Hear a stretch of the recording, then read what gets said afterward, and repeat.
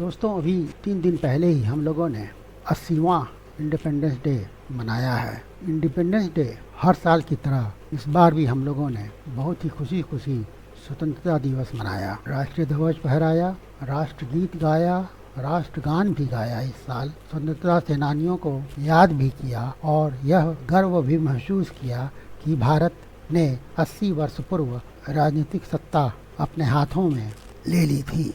लेकिन क्या हमें एक क्षण रुकना नहीं चाहिए और इस पर विचार नहीं करना चाहिए कि क्या वास्तव में भारतीय स्वतंत्र हो गए हैं? निसंदेह भारत राजनीतिक रूप से और संवैधानिक रूप से एक स्वतंत्र राष्ट्र है, लेकिन स्वतंत्रता का अगर गहरे अर्थ में विश्लेषण किया जाए तो स्वतंत्रता का अर्थ केवल किसी विदेशी शासक से स्वयं को मुक्त करना नहीं है। स्वतंत्रता का अर्थ काफ़ी व्यापक है। इस संदर्भ में कुछ प्रश्नों पर हम लोगों को विचार अवश्य करना चाहिए कि क्या भारत में विदेशी शासक का नहीं होना ही स्वतंत्रता है?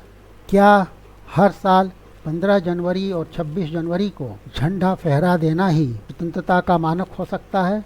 क्या स्वतंत्रता सिर्फ इस बात में ही निहित है कि राजनीतिक शासन हमारे लोग ही कर रहे हैं? क्या हमें यह नहीं सोचना चाहिए कि 1947 के बाद 80 वर्षों में हम लोगों ने अपनी राजनीतिक स्वतंत्रता का उपयोग करके सामाजिक और आर्थिक स्वतंत्रता के क्षेत्र में क्या कार्रवाई की है?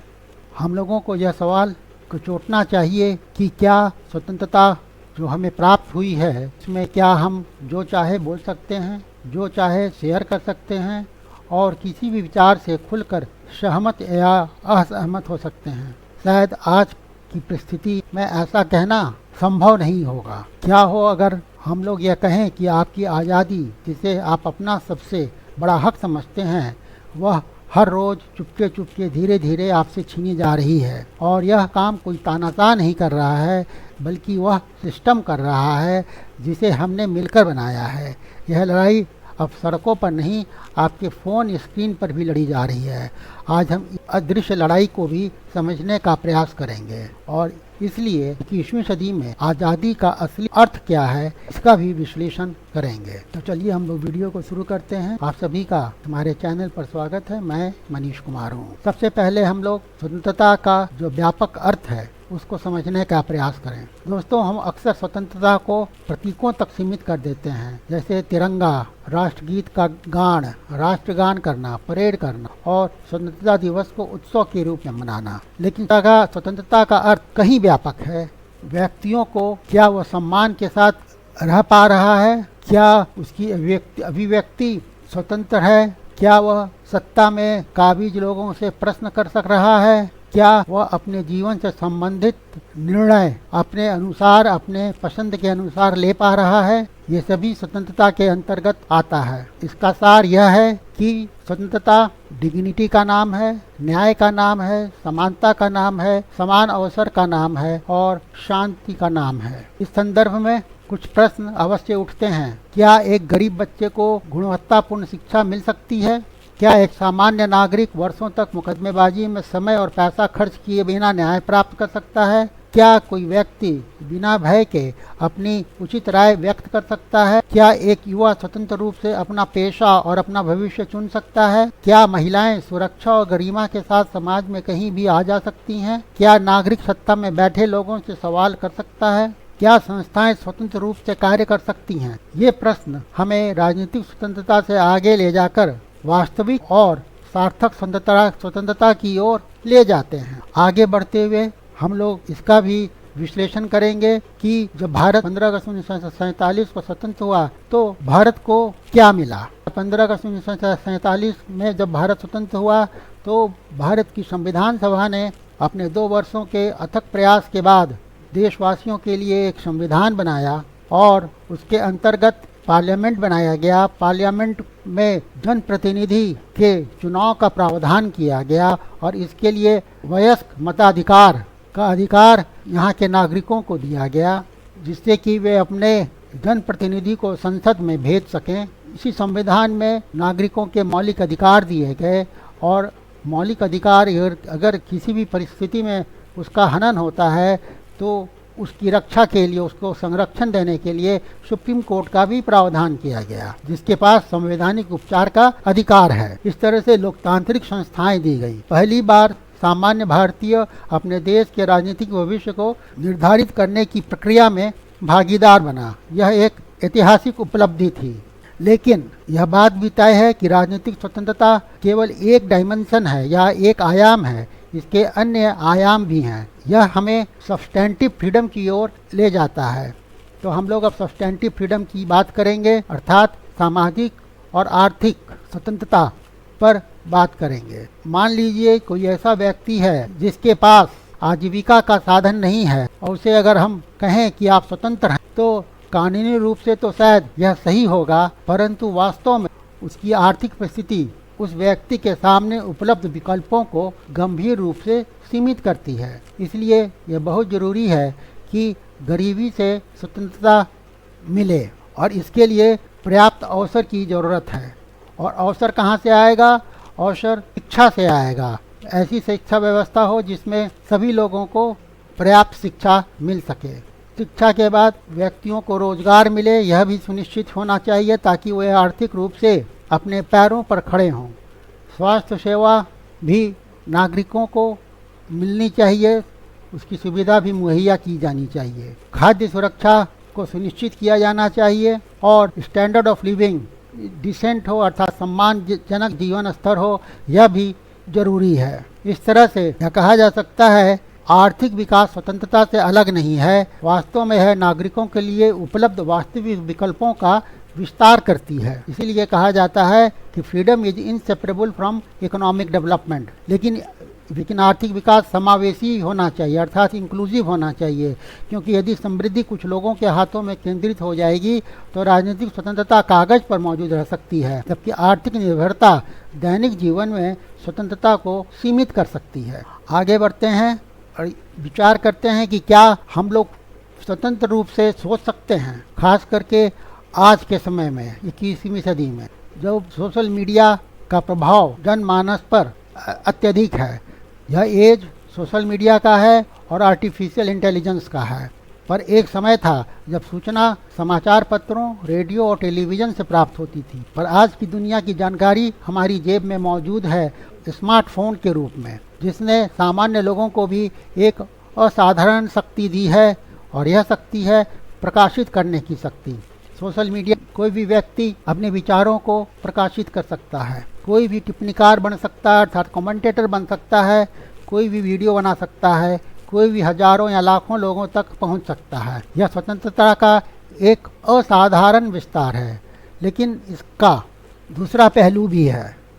एल्गोरिदम तय करते हैं कि हम क्या देखते हैं। सोशल मीडिया प्लेटफॉर्म हमारे विश्वासों और विचारों को प्रभावित करता है। झूठी जानकारी तथ्यों से कहीं अधिक तेजी से फैलती है और कभी कभी हम स्वेच्छा से अपना ध्यान, अपनी पसंद और अपना व्यक्तिगत डेटा दूसरों को सौंप देते हैं। इसलिए यह प्रश्न उठता है कि क्या हम तकनीक का इस्तेमाल कर रहे हैं या तकनीक हमारा इस्तेमाल कर रही है। तो अभिव्यक्ति की स्वतंत्रता के ऊपर विचार किया जाना आवश्यक है। अभिव्यक्ति की स्वतंत्रता लोकतंत्र की बुनियादी अधिकारों में से एक है, लेकिन अभिव्यक्ति की स्वतंत्रता का अर्थ रिस्पॉन्सिबिलिटी का एब्डिकेशन नहीं है, अर्थात जिम्मेदारी से मुक्ति नहीं है, जिम्मेदारी का त्याग नहीं है। प्रजातंत्र की कुछ आवश्यक शर्तें हैं। प्रजातंत्र के में नागरिक आलोचना कर सकते हैं, वाद विवाद कर सकते हैं, सरकार से प्रश्न पूछ सकते हैं, बहस कर सकते हैं और आवश्यकता पड़ने पर अपने विचार भी बदल सकते हैं। लेकिन इमेजिन कीजिए ऐसा सिचुएशन जब भय का माहौल हो और हर व्यक्ति बोलने से डरने लगे, तो वैसी परिस्थिति में स्वतंत्रता का क्या हश्र होता है। ऐसी परिस्थिति में लोकतंत्र कमज़ोर हो जाता है, क्योंकि लोग अपने विचारों को अभिव्यक्त नहीं करते हैं। दूसरी ओर इसकी उलट अगर परिस्थिति हो, यदि अभिव्यक्ति जानबूझकर गलत सूचना, उकसावे या दुर्व्यवहार का माध्यम बन जाए, तो वैसी परिस्थिति में क्या होगा? वैसी परिस्थिति में समाज को ही नुकसान होगा। इसलिए चुनौती केवल यह नहीं है कि क्या मैं बोल सकता हूँ, अर्थात क्या अभिव्यक्ति का अधिकार हमारे पास है या नहीं, लेकिन उससे भी गहरा प्रश्न है, क्या मैं स्वतंत्र रूप से जिम्मेदारी के साथ और बिना भय के बोल सकता हूँ। और इसी से जुड़ा उतना ही महत्वपूर्ण प्रश्न है, क्या मैं उस विचार को सुन सकता हूँ जिससे मैं असहमत हूँ। दोस्तों, स्वतंत्रता का एक आयाम सोशल प्रेशर से भी बहुत ही गहरे रूप से जुड़ा है। समाज का एक्सपेक्टेशन होता है और इसी एक्सपेक्टेशन से सोशल प्रेशर क्रिएट होता है। स्वतंत्रता व्यक्तिगत भी होती है। एक युवा को कानून के तहत अपने करियर चुनने का अधिकार होता है, लेकिन क्या समाज हमेशा उसे यह चुनाव करने देता है? उसी प्रकार से एक महिला को अपने निर्णय स्वयं लेने का कानूनी अधिकार है, लेकिन सामाजिक अपेक्षाएं अभी भी उसके विकल्पों को सीमित करती हैं। उसी प्रकार से किसी व्यक्ति को कानूनी रूप से अपने पसंद के व्यक्ति से विवाह करने की स्वतंत्रता तो है, लेकिन परिवार, जाति, समुदाय और सामाजिक दबाव उस निर्णय को प्रभावित करते हैं। कानून में स्वतंत्रता में यहाँ दो मौलिक अंतर को रेखांकित करना जरूरी है। कानून द्वारा सुनिश्चित स्वतंत्रता और दैनिक जीवन में अनुभव की जाने वाली स्वतंत्रता, इन दोनों में फ़र्क है और यह फ़र्क ही समाजी दबाव के परिणाम के रूप में हम इसे देखते हैं। डिजिटल फ्रीडम की भी चर्चा करना आवश्यक है। डिजिटल फ्रीडम 21वीं सदी में स्वतंत्रता के ऊपर प्रभाव डाल रहा है। हमारा जीवन डिजिटल प्लेटफॉर्म से लगातार जुड़ता जा रहा है। हम डिजिटल माध्यम से संवाद करते हैं, डिजिटल माध्यम से ही खरीदारी करते हैं। ऑनलाइन शॉपिंग की बात मैं यहाँ कर रहा हूँ। डिजिटल माध्यम से काम करते हैं। ऑनलाइन काम, वर्क फ्रॉम होम जो चलता है वह डिजिटल माध्यम से ही होता है। डिजिटल भुगतान करते हैं। डिजिटल माध्यम से राजनीतिक विचार भी व्यक्त कर रहे हैं। लेकिन हमारा डिजिटल व्यवहार भी भारी मात्रा में डेटा उत्पन्न करता है, और इस डेटा को कौन नियंत्रित करता है, इस प्रश्न को पूछा जाना चाहिए और इस प्रश्न के ऊपर गंभीरता से विचार करने की आवश्यकता है। और यह भी जानना आवश्यक है कि इस डेटा को उपयोग कैसे किया जाता है। क्या वास्तव में किसी व्यक्ति का अपनी डिजिटल पहचान पर नियंत्रण है? स्वतंत्रता के लिए भविष्य का संघर्ष केवल भौतिक स्थानों में नहीं लड़ा जाएगा, यह साइबर स्पेस में भी लड़ा जा सकता है। इस तरह से डिजिटल दुनिया ने हम सबको एक आवाज़ तो दी है। एक आम इंसान भी ताकतवर लोगों से सवाल पूछ सकता है, लेकिन जैसे जैसे ताकत यह बढ़ी है, इस पर काबू पाने की कोशिशें भी तेज हो गई हैं। सरकार ने इसी साल 2026 में फरवरी महीने में आईटी नियमों में कुछ बड़े बदलाव किए। इनमें से एक नियम पर सबसे ज़्यादा बहस हुई। पहले अगर सरकार या अदालत किसी कंटेंट को गैरकानूनी मानती थी तो सोशल मीडिया कंपनियों को उसे हटाने के लिए 36 घंटे का वक्त मिलता था। कुछ खास तरह के गैरकानूनी कंटेंट के लिए इस समय को घटाकर सिर्फ 3 घंटे कर दिया गया है। सरकार का तर्क एकदम सीधा है। हम फेक न्यूज़, नफरत फैलाने वाले भाषण, डीप फेक और देश विरोधी कंटेंट को तेज़ी से फैलने से रोकना चाहते हैं। ऊपर से तो यह बात बिल्कुल सही लगती है। कौन चाहेगा कि समाज में झूठ और नफरत फैले? लेकिन इसी सिक्के का दूसरा पहलू भी है। जब किसी कंपनी पर सिर्फ 3 घंटे में कंटेंट हटाने का प्रेशर होगा तो वह क्या करेगी? वह हर उस कंटेंट को हटाने में जल्दबाजी दिखाएगी जिस पर जरा सा भी शक हो, भले ही वह कानूनी तौर पर पूरी तरह से सही क्यों न हो। इसे कहते हैं ओवर कंप्लायंस, यानी मुसीबत से बचने के लिए ज़रूरत से ज़्यादा कार्रवाई करना। प्लेटफॉर्म्स कानूनी पचड़े से बचने के लिए सरकार के हर आदेश को आंख बंद करके मानना शुरू कर सकते हैं। इस तरह से नए नियम प्लेटफॉर्म्स को जज और जल्लाद दोनों एक साथ बना रहे हैं। ये नियम अभी तक तो सिर्फ फेसबुक और ट्विटर जैसी बड़ी कंपनियों के लिए हैं, लेकिन यह इंडिविजुअल सिटीजन के ऊपर भी आ सकता है, क्योंकि 2026 में ही सरकार ने एक और संशोधन का प्रस्ताव रखा जो अब तक का सबसे बड़ा और विवादास्पद कदम हो सकता है। इस नए प्रस्ताव के मुताबिक सोशल मीडिया यूजर्स जो समाचार और समसामयिक मामलों जैसे न्यूज़ एंड करंट अफेयर से जुड़ा कंटेंट यदि पोस्ट करते हैं या शेयर करते हैं, उन्हें भी डिजिटल न्यूज़ पब्लिशर वाले नियमों के दायरे में लाया जा सकता है। मान लीजिए सोशल मीडिया पर आपके अच्छे खासे फॉलोअर्स हैं और आप देश के राजनीतिक या सामाजिक मुद्दों पर अपनी राय रखते हैं या न्यूज़ शेयर करते हैं। इस प्रस्ताव के लागू होने के बाद हो सकता है कि आपको एक न्यूज़ पब्लिशर की तरह देखा जाए। इसका मतलब यह हुआ कि जो नियम और कोड बड़ी बड़ी न्यूज़ कंपनियों पर लागू होते हैं वो आप पर भी लागू हो सकते हैं। सरकार की एक कमेटी आपके पोस्ट को भी जांच कर सकती है और उसे हटाने का आदेश दे सकती है। सरकार कहती है कि इसका मकसद ऑनलाइन न्यूज़ के माहौल को ज़्यादा जवाबदेह बनाना है, लेकिन डिजिटल राइट्स एक्टिविस्ट इसे एक बहुत बड़े खतरे की तरह देखते हैं। उनका मानना है कि इससे सेल्फ सेंसरशिप का एक खतरनाक दौर शुरू हो जाएगा। अगर किसी आम इंसान को यह डर हो कि राजनीतिक या सामाजिक मुद्दों पर कुछ लिखने से उस पर सरकारी निगरानी हो सकती है, तो वह क्या करेगा? वह चुप हो जाएगा। तो वह विवादित मुद्दों पर बोलने से बचेगा। वह सिर्फ गुड मॉर्निंग मैसेज और छुट्टियों की फ़ोटो पोस्ट करेगा, और यह लोकतंत्र के लिए बड़ा खतरा होगा। जब आम नागरिक सवाल पूछना बंद कर देगा तो लोकतंत्र सिर्फ चुनाव कराने की एक मशीन बन जाएगी, उसकी आत्मा मर जाएगी। इस तरह से हम देखते हैं कि डिजिटल मीडिया अब एक नया वार जोन बन रहा है और नया बैटल ग्राउंड साइबर स्पेस है। अब राज्य और स्वतंत्रता के संबंधों पर बात कर लें।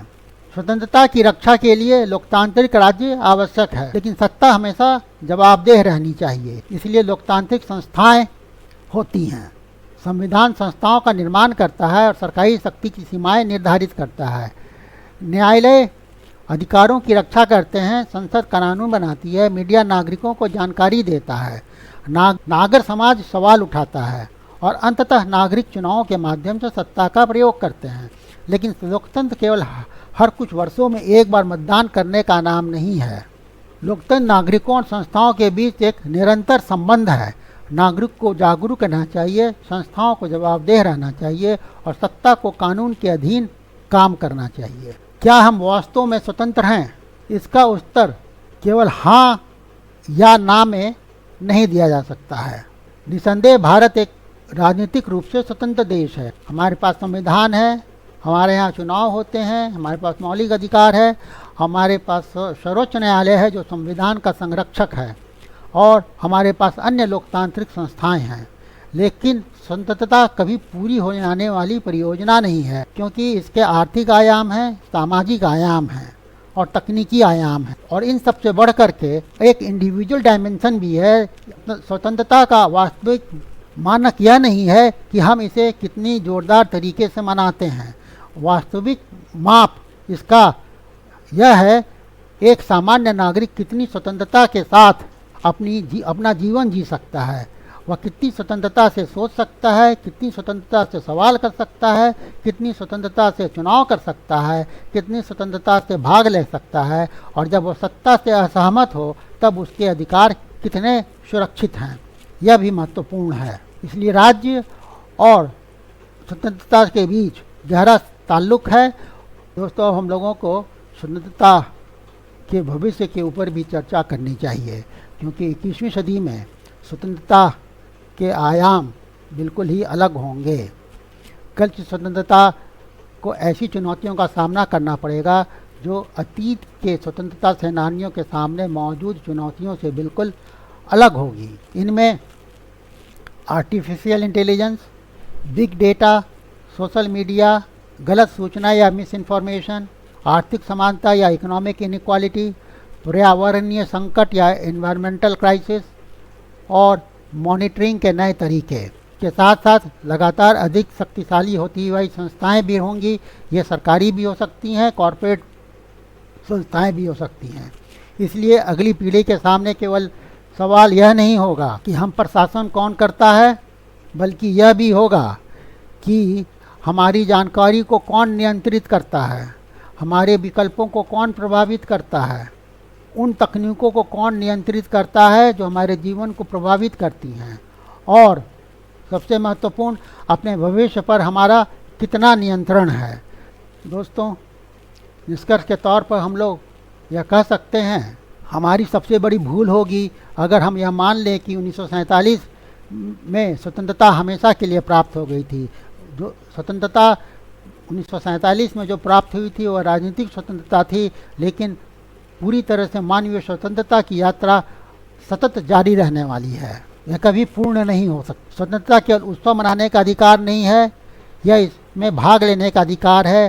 सिर्फ बोलने का अधिकार नहीं है, बल्कि सुने जाने की क्षमता भी है। इसके अंतर्गत सिर्फ मतदान करने का अधिकार नहीं है, बल्कि समाज की दिशा को प्रभावित करने की क्षमता भी है होनी चाहिए। सिर्फ विदेशी शासन से मुक्ति नहीं, बल्कि भय, अभाव भेदभाव और मनमानी सत्ता से मुक्ति भी है। इसीलिए इस स्वतंत्रता दिवस पर शायद हमें स्वयं से एक अलग सवाल पूछना चाहिए। यह सवाल यह नहीं है कि क्या हम स्वतंत्र हैं, बल्कि यह होना चाहिए कि स्वतंत्रता का वास्तव में हमारे लिए क्या अर्थ है, क्योंकि 1947 के स्वतंत्रता संघर्ष ने हमें एक स्वतंत्र राष्ट्र दिया है। हमारी पीढ़ी की जिम्मेदारी है कि इस स्वतंत्रता को प्रत्येक नागरिक के लिए सार्थक स्वतंत्रता में बदलें। आज़ादी का मतलब सिर्फ मनमर्जी करना नहीं है, इसका मतलब बिना किसी डर, बिना किसी मनमाने दबाव और बिना किसी सरकारी निगरानी के सोचने, बोलने और सवाल करने और असहमत होने की ताकत है। आज आज़ादी कोई किताबी ख्याल नहीं है, यह एक ठोस हकीकत है जिसे हर रोज़ डिजिटल दुनिया में या तो मजबूत किया जाता है या कमज़ोर। आज़ादी कोई मंजिल नहीं है, बल्कि एक लगातार चलने वाली बहस है, और इस बहस में आपकी और मेरी आवाज़, हम सब की आवाज़ सबसे ज़्यादा मायने रखती है, क्योंकि जिस दिन हम सवाल पूछना छोड़ देंगे उसी दिन हम अपनी आज़ादी सही मायने में खो देंगे। यह वीडियो आपको कैसा लगा? यदि अच्छा लगा हो, हेल्पफुल लगा हो, तो वीडियो को लाइक करिए, ज़्यादा से ज़्यादा शेयर करिए, अपनी राय दीजिए, और अगर अब तक चैनल को सब्सक्राइब नहीं किया है तो चैनल को सब्सक्राइब कर लीजिए, ताकि इस तरह के विषयों पर आप तक एनालिटिकल इन्फॉर्मेशन या नॉलेज समय समय पर मिलती रहे। Thank you for watching. मिलते हैं नेक्स्ट वीडियो में। Until then, thank you.